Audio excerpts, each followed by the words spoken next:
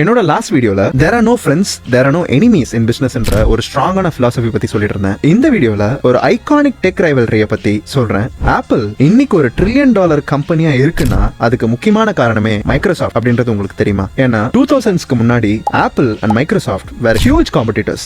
ரெண்டு பேரும் பயங்கரமா சண்டை போட்டுக்கினாங்க. ரெண்டு பேர் மேலயும் நிறைய லா சூட்ஸ் ஃபைல் பண்ணிக்கினாங்க. There was a really tough battle between them. ஆனா 1997ல when Apple was bleeding huge amount of money, Steve Jobs அப்பதான் CEO திருப்பி ஆப்பிள் உள்ள வராரு. He knew that he had to make a miracle for Apple to survive. He desperately needed funds to keep Apple alive. So guess what? அவர் யார்கிட்ட போயிட்டு investment ஹெல்ப்புக்கு போய் நின்னாருன்னு சொல்லிட்டு Bill Gates, the founder of Microsoft, was the one who invested $150 million and saved Apple from bankruptcy. Because it was not about friendship, it was not about ego, it was strategic business thinking.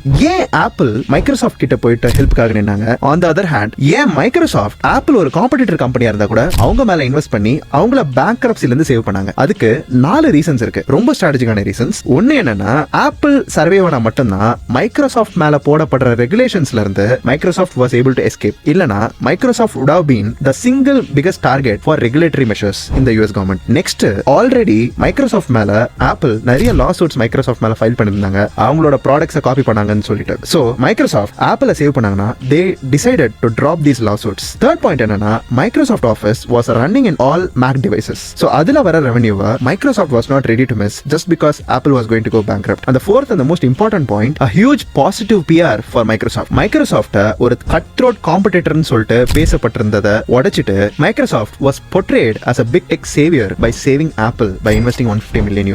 So there are no friends, there are no enemies in business என்றதுனால Microsoft went forward and invested in Apple and saved Apple from bankruptcy. So நான் last வீடியோல சொன்ன மாதிரி பிசினஸ்ல யார் எப்போ help பண்ணுவாங்கன்னு தெரியாது, யார் எப்போ முதல்ல குத்துவாங்கன்னு தெரியாது. So at the end of the day, it is just pure business.